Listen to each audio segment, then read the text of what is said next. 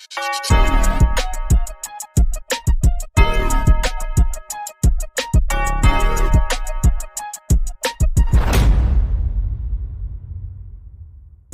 right, y'all, this is a new SEC podcast, our first edition of Power Rankings for the 2025 season.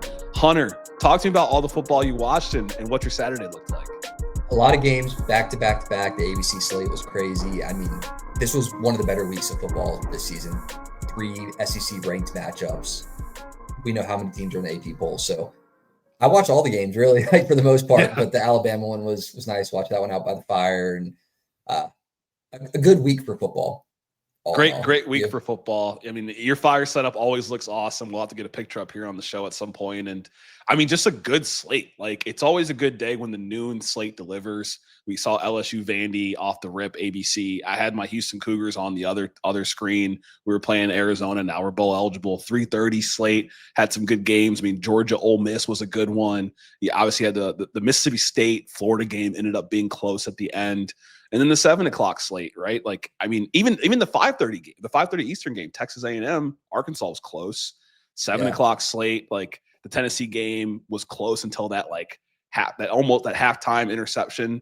So it was a great week of football, and it told us a lot about all these teams. I can't omit Oklahoma getting that win at the 12:45 Eastern slate. Like, there was just so much good games where it told us a lot about these teams and told us a lot about like where these things are. I mean, there was so much good football. I mean, even Kentucky, Texas, I don't want to dominate here, but there was just every game told us something. Well, and it's hard to do any power rankings up until this point in the season because like you haven't seen the identity of the teams, but now you have 6 one-loss teams in the SEC. You have 6 teams with 1 conference loss. Alabama and A&M are now sitting at like the top of the conference, but below that, it's pretty wide open until you get to kind of like the South Carolina, Florida bend of like who could be in Atlanta. So we're starting to see who teams are. I think there's some questions around certain teams, A&M being one of them. You have some questions maybe around Tennessee going forward. So this is a good week for football where now we have enough questions that we ask that we now have answers for to be able to put together a cohesive ranking of what Absolutely.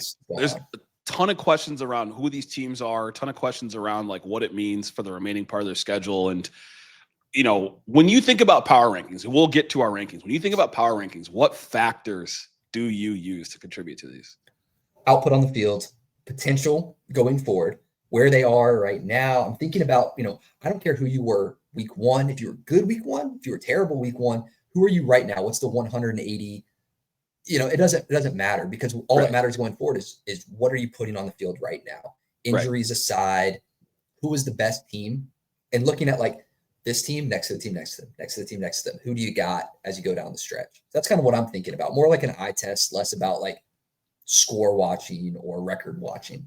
Yeah, I don't care as much about what you did week 1, week 2. I'm looking at eye test, how you look right now, the health of your team, how you're winning games, which side of the football is dominating, the endurance you have during the games, and can you play a full 4 quarters, margin of victory, margin of loss. Those are a couple things that I take into consideration for the power rankings. And so Hunter and I put our contributions together to come up with the new SEC podcast, week 9 SEC power rankings. Yeah. And so let's start at the top. Yeah. And we didn't agree on everything. This is kind of an accumulation of where we each had our teams. So we'll probably debate back and forth on it and debate in the comments on who you think. But looking at the 1 and 2 spot, there's 2 teams that could sit in these 2 top spots. I think that's pretty consistent across most people, how they feel about the conference, whether you have Alabama at 1 or A&M at 1. What matters is how you win the game and that you win the game more than anything. And A&M is the only team in the SEC to take care of business week over week. If all things are going hot, A&M is the best team in the conference. If all things are going well, love the weapons that they have. Marcel Reed, true threat. I number 1 right now, I think you could put Alabama here though. Yeah, I think there's a case for Alabama, but like making this about A&M, like wide receivers look great. I think we saw Craver had a touchdown in that game. Their offense is just so overpowering. Like they won that game against Arkansas because their offense, and they've done it week over week. I mean, their best wins, Notre Dame, obviously like we're able to pull out a win against Auburn. They're able to win additional games. They beat Mississippi State pretty handily, beat Florida pretty handily. 2 teams that have, given other teams in the SEC trouble. And so A&M deserves the untouted number, or the touted number one spot, I would say, for sure. Yeah. Alabama, let's talk about them a little bit. Number two, hottest team, I'd say right now, real case at number one, a case at being a top 4 team in the country. We don't have the AP poll out yet, but I'm probably going to find themselves somewhere hovering around that spot. Best quarterback in the country. I'd say you compare him to maybe Fernando Mendoza. Killer weapons. Right now, the questionability, no real run game established. There's clear paths to attack the defense if you do things right. But with what they have looking ahead, they have a really good shot at making the playoffs and being able to prove it on a out of conference stage as well. Yeah. And I think what people will see looking at our power rankings, like quarterback play dominates college football. Quarterback play dominates the SEC in the power rankings. And there's gaps on this defense. You can get some big plays. They're turnover dogs for sure. They'll get you a turnover. But if you have a good stud quarterback, which is what Ty Simpson has turned into, like it's you against the world. Like if you got a good quarterback, Marcel Reed's look good. Ty Simpson looks good. Like I think I've seen some of the Heisman odds, and it's either Mendoza number 1 and Ty Simpson number 2. Like it makes it a lot easier to win games. And this 6 straight win run is impressive. 4 ranked opponents. They've looked really good against all those opponents. They've had close games against Georgia, close game against Mizzou, pulled it out. Put Vandy in the dirt. Buried that when he needed to. Kept Tennessee at arm's length that game. So like they're doing everything I think they need to do to show me that they're the number 2 team in the power rankings. Yeah, absolutely. And now number 3 and 4, you could put some teams here. We got 3 and 4 as Georgia and Ole Miss in the position of which they finished after this game last weekend. It was a back and forth offensive juggernaut battle. That's where Georgia's kind of found themselves this year in a couple of their close games, Tennessee being one, Ole Miss being the other, where the defense had laps and the offense goes Superman, Hercules to keep up and end up pulling it out. That was their best game of the season offensively, in my mind, versus Ole Miss. Is Gunnar Stockton, probably best quarterback in the SEC of this week. They're a threat in and out. They have more opportunities on the schedule a little bit. They have one of the nicer paths to being 11-1 with a pretty good resume with what schedule they have left. Ole Miss, unfortunately, being here because of the loss now to Georgia. Yeah, I think so this past game showed me so much. Gunnar Stockton, like I was super critical about what he can do in the air. I mean, 4 passing touchdowns, and Lawson Lucky 3 touchdowns at the tight end position. As my boy Davin Bellamy says, use your avatars. Like you got these guys who are incredible tight ends, and they're hard to beat in 4 quarters. Every team you got to beat in 4 quarters, but they show up in the second half. That offense is resilient. Zachariah Branch makes plays when it matters. 13 unanswered points against Ole Miss. Ole Miss was up 35-25 on the road. Like for most teams, that's a killer. Game's over with that offense and the way that they were humming, using all those weapons. And so Georgia is a team you don't want to see play in 4 quarters. The schedule looked hard when the season started, but now Texas looks a little shaky. Florida looks a little shaky. Mississippi State, like, They look like they can go toe-to-toe offensively with them. And, like, I know that their rushing offense can run all over Mississippi State. So you're right. The path looks good to 11-1, and we'll see what happens here in Mercedes-Benz Dome in Atlanta, where I'm at, when they play Tech. But they look scary. They do. And I think a lot of people were doubting Ole Miss going into this game and if Chambliss was able to live up to the moment. And I'd say loss aside, he kind of did. I mean, he played great. The offense for Ole Miss has so many weapons. They make things happen. The defense up and down, hit or miss, not their best performance. I think you could interchange this team here and there. Ole Miss going forward, though, still a contender to be in Atlanta for the SEC championship game. 4 seems like a fair spot for them, kind of based on how they've played up to this point, taking the Washington State game into consideration as well. Yeah. These 4 teams, especially Ole Miss, are the teams that show us they can play a complete game. They have strong enough offenses to kind of, go toe-to-toe offensively in an offensive shootout. Their defenses can make plays when it matters. And they have stars at all these positions. Like Kawan Lacey is the best running back in the SEC for Ole Miss. Trinidad Chambliss is a top 5 quarterback in the SEC. I think he played his part well. They have, obviously, every team's going to have gaps, but Ole Miss looks super dominant, and you play that game 5 times, that series could go 3-2 or 2-3 either way, in my mind, the way I've watched. So 5 through 7, let's talk about them all up. 5 through 7. you could put these teams all over the spot. Like some people would have them way lower. Some would have them potentially higher, like a Vanderbilt that we have at 5, putting them into maybe the top 3. Only one loss, an impressive win at home over LSU. Hot offense. They put teams in tough positions. The defense has challenged good teams as well at times. I'm not sure they're the caliber consistency-wise of these top 4 teams, which is why I kind of have them sitting on the outside. You had them here. I had them a little bit higher. We kind of met in the middle on Vanderbilt. What keeps Vanderbilt out of the top 4 for you? I think that what keeps them out of the top 4 for me is I think that Ole Miss has been tested more playing Georgia. Vanderbilt can't control their schedule, but Ole Miss's game control for 3 quarters and some change against Georgia and playing Georgia speaks to, I think, how they're more talented and in my mind deserve to be higher in the power rankings. Vanderbilt's best win now is, of course, is LSU. Their bad loss, their only loss to this point to Alabama.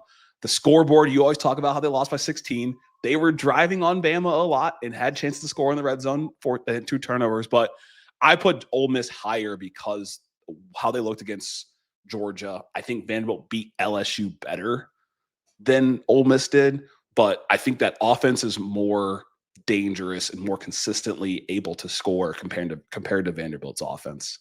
I hear you. I think it's the consistency on this team on what they could potentially do going forward. Teams are starting to get their number. Alabama, second half adjustments kind of is what beat this Vanderbilt team. We'll see going forward if other teams can potentially. Yeah, I'm not going to downplay it. I think I saw on ESPN, this is their first 6-1 start since 1955. Vanderbilt's definitely a dangerous team. And then they have Missouri next. Lost that game last year by 3 points. It's a good opportunity to really show the country where they are. And then they also have Texas. They're going to be playing in Austin, Auburn, and Kentucky. So this Vanderbilt team, you got to be in that top 4 to 5, I think, to make the playoffs. But they're definitely going to do some damage here in the conference and already have. For sure. Yeah. And now we talk about dangerous offenses, dangerous this and that. I don't think there's really any team offensively that has more dangerous potential than Tennessee. From the quarterback to wide receiver connection at depth, I would put them maybe number 1 in the country at depth of receiver connection with a quarterback, whether it's Brazel, Matthews, Staley, Kitzelman. Joey Aguilar is connected with a lot of these guys. Alabama did a good job of challenging it and shutting it down. The swing play in that game last week, the pick 6 to end the half, that was a huge point on how the scoreboard looks. 17-point loss, but ultimately you score there. That's a 14-point swing, and now we're in a 1-score game. Shoulda, coulda, woulda. But this Tennessee team going forward had some injuries on the defensive backside, which has prohibited their team from reaching their full potential. Preseason All-Americans. McCoy, Gibson. I mean, they're greatly missed. We talked about them in the preview for this Alabama game as being the reason why, in my mind, that Alabama was going to win that game was because of these 2 guys being missing. Played out that way, where there was some receiver play that wouldn't have got by those guys that did get by Tennessee. I like them here. I think that they could be at 7. I think they could be at 8. I wouldn't have them any higher than 6. But we got Missouri now trailing them. Right. We got Missouri now trailing them. And what's unique about Tennessee is that they've played Georgia. They've played Alabama. So we've seen them play top teams in the conference. And like you said, it's a 14-point swing. The things that have tripped up Tennessee in these top games is possession of the football. Turnovers have changed how the games have went. You've been on record and have said multiple times that Georgia could have 2 losses. They didn't, right? One of those could have been to Tennessee. And so Tennessee's been playing close football. The turnovers is just where it's tough. You live and die by the pass. And sometimes it kind of, they play so fast. It's a struggle, but let me paint this positively. They deserve to be in the 6th spot. And their offense is probably one of the most dangerous offenses in the conference. The defense is not that great at all, but the offense is really impressive. Joey Aguilar, Chris Brazel, Deshaun at running back, Deshaun Bishop. I think this is a fair spot for them. I think so. Given who they played. I think so. I think they could potentially be lower. I think now let's argue, I guess, with them and the team behind them, who I think would be the most interchangeable with them at Missouri. Better record than Tennessee. Only 1 loss, that 1 loss being to Alabama, similar boat as Vanderbilt. I guess with that record, you might wonder why we have them behind a Vanderbilt team when they have the same record, behind a Tennessee team when they have a better record than them. It's an interesting spot to put them because they do have one of the better running backs in the country. But when that falls apart, if it doesn't reach its full potential, the pass game doesn't necessarily live up like it would with a Vanderbilt or a Tennessee. Right. And then the eye test is putting them at 7 to me. You struggle to where we believe you should have dominated Auburn a little bit more.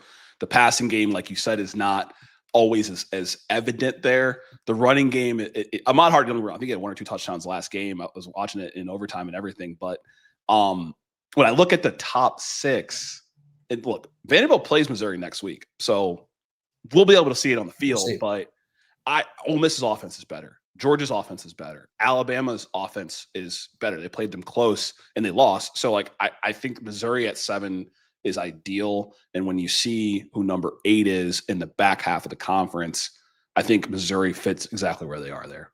I think so. And they have a tremendous potential to prove even more and build an even better resume going forward. Like you mentioned, Vanderbilt next week, then they play A&M. They have Oklahoma on the schedule, Arkansas on the schedule. These are all great opportunities to develop the pass game, especially against a team like A&M. Yeah. Especially against a team like Arkansas that, at the end of the season. So there's potential for Missouri going forward. 8 spot. 8 spot is the spot that we had debated on, argued back and forth on who fits the 8 spot, because this is where it kind of turns from teams who have SEC winning potential to some teams that are sitting on that fringe. If things go right, they could find themselves in that spot. Things go wrong, they could find themselves on a bit of a downhill slope. I don't know if people are surprised to have not seen some teams at this point, like whether it's a Texas or an Oklahoma or an LSU or an Auburn. Who do we got at 8? It's a deep conference. We got Texas at 8. And, Texas, why they're at 8, 1 conference loss. If you watched the game last night, we're recording this on Sunday, it shouldn't be going to overtime with Kentucky. But that Texas defense is strong. They have beaten one of the teams that is behind them in the power rankings.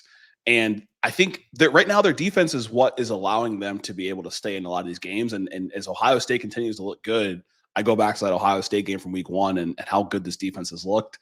If it wasn't for a trip up against Florida, they'd be, number 1 or number 2 in the conference right now, records wise. So yeah, that's 2. Texas has gotten clowned because of what the preseason expectations are. Eye test says they don't look that great offensively, even less than great, even less than not that great. They're not good offensively.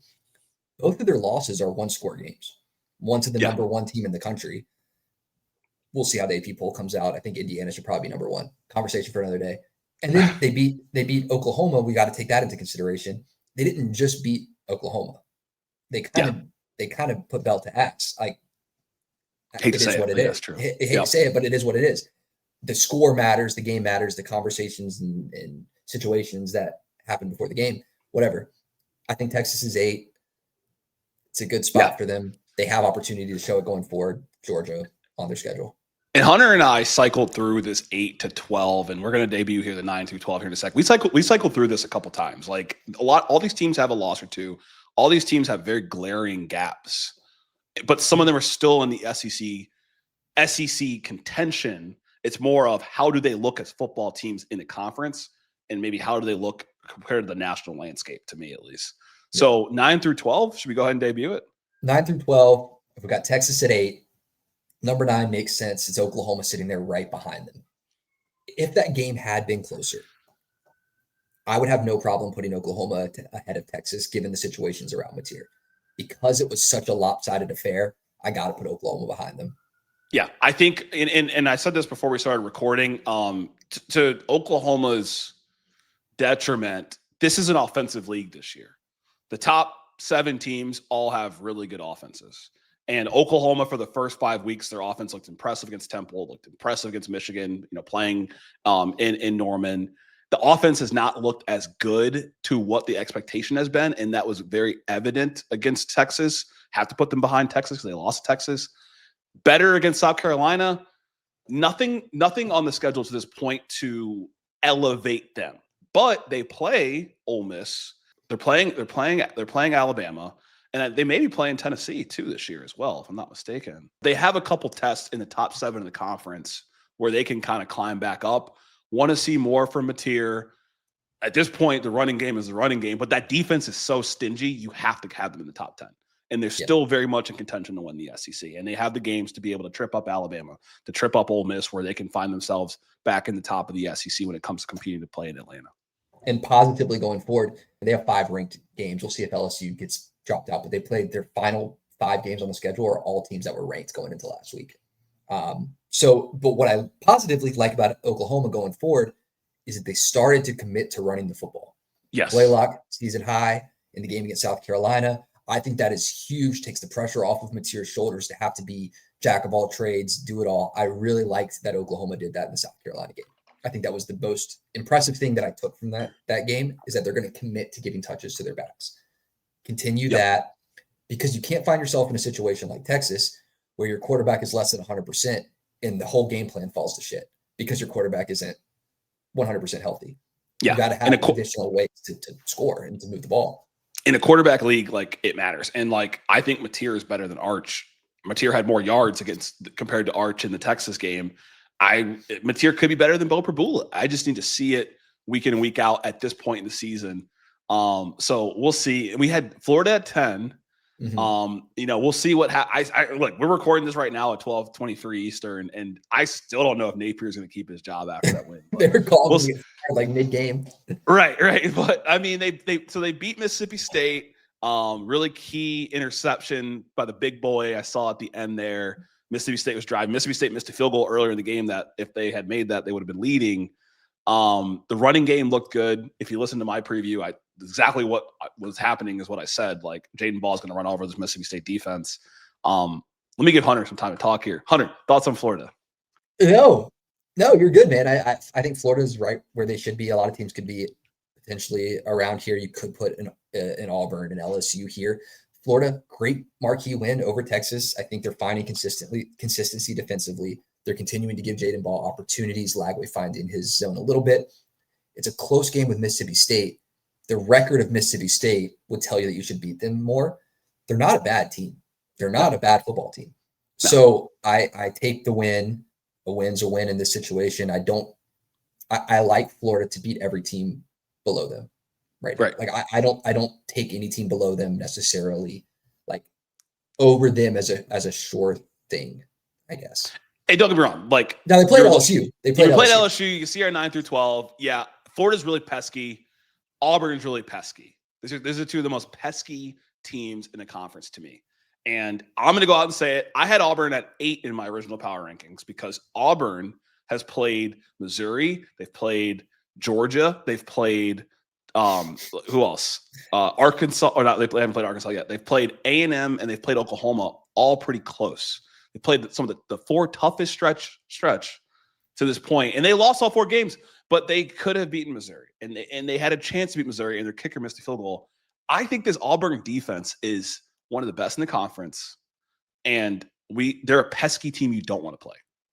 They don't have a forward pass, and they played a tough 4-game stretch, but so did Alabama, and you win the games. And Oklahoma, I mean, it doesn't matter. Like the comparison to me is not Alabama versus Auburn. It's Auburn versus the other teams above them in the power rankings and who they've played and how they've looked, right? Like, Oklahoma's played an easier schedule to this point than Auburn has played. Florida's played a hard schedule, but I don't think they've played a harder SEC schedule. And I think Auburn's played one of the hardest SEC schedules based upon how the season's played out. And they've played all these games close. They've had a lead on every single one of these teams throughout this season. But you can't close it out, so you're not a good team. Like, it's power rankings. It's eye test. I had more in the Auburn Georgia game. I had more yards walking from my couch to my refrigerator grabbing beer than Auburn did in the second half. Like, you know what I mean? Yeah. It's the refs didn't do that. Kirby Clapping didn't cause that. They're not a good football team. The defense is fine, but they're not able to even score more than 10, 15 points in a game to win. Which goes back to my original comment. It's an offensive conference this year. I'm arguing in defensive Auburn. I think we both agreed 11's the right spot, right? They lost to Oklahoma.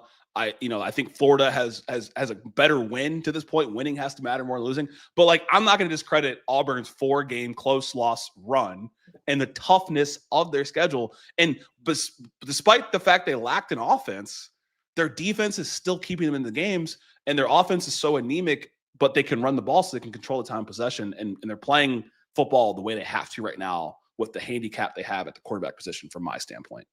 Yeah, and we met in the middle here a little bit on where they could stand. I would really have no problem putting them at like fucking. I would have no problem putting them at 15. I would have no problem putting them at 15.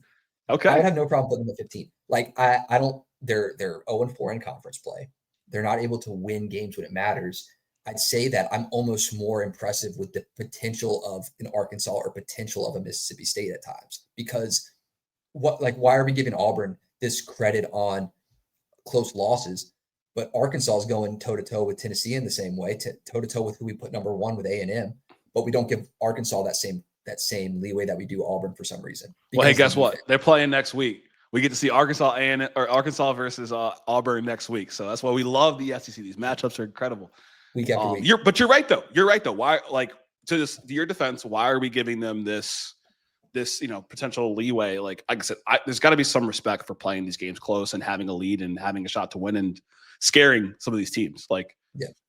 To my point, like Georgia had to fight to win that game in the second half. Missouri was in overtime, and a missed field goal allowed them to win that game. Like, there's got to be something. Missouri missed a field goal too. Missouri missed a field goal as well, right? So, like, but Auburn had a chance to make their field goal to be able to close that game out. It's sometimes the hypotheticals with certain teams, especially those like this Auburn one. I've seen it with a couple teams that are playing Alabama. If this happened, why does every team get the do-overs, or they could have played better, but the team that they're playing against doesn't get that either? Because like Georgia didn't play that good in the first half. Like Georgia could have been playing better as well, and then dogged them. Like, I don't know. I don't like this Auburn. I don't like this Auburn team that much. It's a fair point. I do think that they have potential favorite standpoint over the teams below them. So I don't hate who scares you more right now, Auburn or LSU? We have LSU at 12. Look, I'm an Alabama fan. Alabama plays both of them. Right. I would rather play Auburn. Okay. Well, that's fair. Rivalry aside, where the game takes place aside, I think I'd rather play Auburn. So 12, we got LSU. Kind of wrapping up this 8, like the 9 to 12 had a lot of debating. LSU, we have at 12. Hunter, explain why we have LSU at 12. I can give you my explanation. The offense is poor. Whether it's poor connection from Nussmeier to the receivers, whether it's the inability to run the ball, whether it's the offensive line not necessarily doing what they need to do. I think it starts at the coaching spot. They've been unable to perform on the field. It feels like an unfair spot that they found themselves in, being 5-1 going into this week and still being doubted and thought of as like, this team shouldn't even be in the top 10, top 15. So, but they showed why that's the case. Lost to a Vanderbilt team, a good Vanderbilt team. But I don't think that this LSU team is bringing a lot to the table right now offensively to keep up with any of the teams above them. Florida, they beat Florida. They have beaten Florida. Right now, if that game happens again, Lively's not throwing 5 picks. And you're not going to find yourselves in a 10-point game after throwing 5 picks. I thought that was bad too, even though they won. No, it's a fair point. And I think with LSU, they have more of a sample size against the top part of the conference. So we kind of know who LSU is. Like we watch a lot of ball. So we've known since week 2 this rushing offense was porous. But like we've watched LSU play Florida, they beat them. We've watched LSU play Vandy. They hung around. I think LSU suffers from the same thing that Texas suffers from, which is expectations before the season started based upon the talent of their team. But like you lose to Ole Miss, your offense looks brutal. You lose to Vanderbilt, your offense is still kind of struggling. The game's close, but like your offense is not getting it going. Like it just, they're not showing us enough to be higher than some of these other teams. And it's an offensive conference in my mind. Like I'm gonna go back to it. It's an offensive conference, like to this point. Like, I like parts of LSU. I think the defense is good. I think the DBs are great. I like the linebacker play. I think Trey'Dez Green is one of the best tight ends in the conference, aside from Eli Stowers. The receivers are good, both Andersons. Nussmeier is a good quarterback. If all things are clicking, they're a good team. It just hasn't happened yet. So ultimately, I think this is a fair spot. Yeah, total side point. It's an amazing tight end conference. I mean, Daquan Barrett, Cuevas from Alabama's been looking good. Lawson Lucky, Oscar Delp. It's a great tight end conference. Trey'Dez Green, that's a compliment for you, by the way. Yeah, and Cole Spence and Eli Stowers at Vanderbilt both had pretty good days. Right, like it's a really good tight end conference. Kitzelman, I mean, it goes on and on. So lastly, 13 to 16, somebody has to be at the bottom. We got Mississippi State, Arkansas, South Carolina, Kentucky. Explain the order. Give us a vibe check. 16 self-explanatory. I don't need to say much on Kentucky. It's just they're the worst team in the conference. They found themselves in a good one with Texas last week, but couldn't pull it out. That would have been their one opportunity to maybe move ahead of a South Carolina. South Carolina not looking very strong. There's all kinds of problems. I'd be surprised if they just continue to do this cycle of firing positional coaches and not try to make something change at the head coaching position. If more teams hadn't already done it this year, they might have already made that change. This is a bad waste of really, really good roster talent. So I think 15 and 16, extremely solid placement for those two. 13 and 14, I think extremely interchangeable. Yeah, I'm in agreement with you. Like the Kentucky game, like you got to be able to punch it in. You're on the 1 yard line. You got to be able to punch it in to be able to win that game in overtime. Like to get no points and allow Texas to make a field goal to win the game at your crib, that's crazy. Offense is terrible. I think Cutter threw another interception that game. You deserve better. You deserve better. South Carolina, I ditto. There's something else I can really say there about that. It almost saddens me to see Lenore Sellers in this spot. Like, it's just a tough spot to be in. And Arkansas, Mississippi State. Arkansas played close with Tennessee, played close with A&M. This offense, when it's humming, is incredible. Bobby Petrino's an offensive guy in general. That's why he's head coach right now. It's just, I mean, you got to win the games to be higher in the power rankings. And they haven't won the games. The same thing that we said about Auburn. And the Mississippi State, like, I mean, they're kind of the same thing as Arkansas. Like, they played Tennessee close. Yeah. Probably should have beaten Florida, realistically. That's a horrible pick. A horrible pick. Like, I mean, I didn't play D1 at quarterback, but like, how do you miss a D lineman? The dude's 6'3", 290, big guy. might be 3 bills. You can't make that throw. That's Big 12. Big 12 Blake showing us what he's been doing, throughout the course of the year. But 13 is a fair spot. They're still dangerous. They're still pesky. Again, with my word of the day. And so, I mean, that kind of rounds out our 16. Any final thoughts? It does. Yeah. I mean, not a whole lot of thoughts on these last ones here. I mean, I think that for Mississippi State, there is opportunity for them to spoil one more team this year. One team I think that they can get a spoil on, and they're going to be playing Texas. They're going to be playing Ole Miss, obviously, Missouri and Georgia. I don't think that they go 0-4 over that stretch. I don't know who it's going to be. There's enough things working for Mississippi State to where they might win one of those. But that's my last thought on this. That's a bit ominous, and there's not like really a solid pick there, but I do think I'll end up taking them in one of those games. I don't know which one. Yeah, I agree with you. My last thoughts are like, I think 8 through 14 are closer than maybe people think. Arkansas is playing Texas. Texas is playing Vandy. Vandy's obviously in the top 5. The Egg Bowl. Ole Miss is playing Mississippi State. Like, these games are going to be a lot closer than what they look. Oklahoma plays LSU. It's a deep conference. People love to hear that. Some people hate to hear that. They call it SEC bias, whatever. These 8 through 14 are closer than what they look like. That's my final thought. Absolutely. And looking at these rankings, not everyone's going to agree. You guys aren't going to agree. So just let us know what you think. Who should be higher? Do we put Oklahoma too low? Do we have Florida too high? Should Vanderbilt be top 3? Personally, I think there's an opportunity for Alabama to be the number 1 here, record aside. So let us know what you guys think. This was a bit of a long one. So if you're still watching, we appreciate you being here. As always, hit that like button, subscribe button. We're going to be updating these as the season goes on, where we have a little bit more ball to talk about. We appreciate you being here. I'm Hunter Zeisman, joined here by Randall Ledet Jr. As always, new SEC podcast. Tune in next time. Appreciate you.